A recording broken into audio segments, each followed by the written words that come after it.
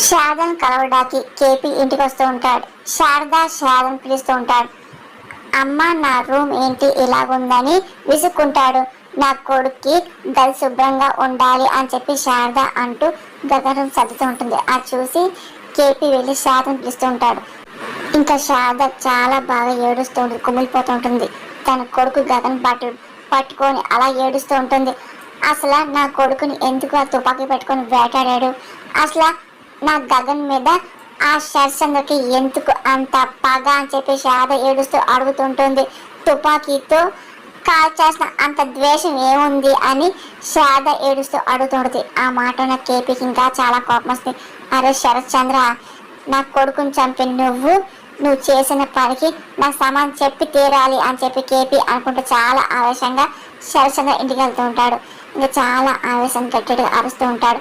అక్కడ మీరా, భూమి అలాగే చెర్రి ఉంటారు. ఏంటి మామయ్య అని చెప్పి భూమి అడుగుతూ ఉంటుంది. నా కొడుకుని చంపేశాడు భూమి అని కేపీ అరుస్తూ ఉంటాడు. అయ్యో అని చెప్పి మీరా ఏడుస్తుంటుంది. అసలు నాన్న ఏం చేస్తున్నాడు అని చెప్పి చెర్రి అనుకుంటూ ఉంటాడు. ఈలోగా గన్ తీసుకొని శరచంద్ర గురి పెడుతూ ఉంటాడు. ఒక్కసారిగా చెర్రి, భూమి, మీరా షాక్ అయిపోతూ ఉంటారు. ఇంకా అలా చూస్తుంటారు. ఇంకా కేపీ చాలా కోపం వస్తుంటుంది. నా కొడుకు చంపేసాక నాకు సమానం చెప్పాలి అని చెప్పి నిలదీస్తూ ఉంటాడు.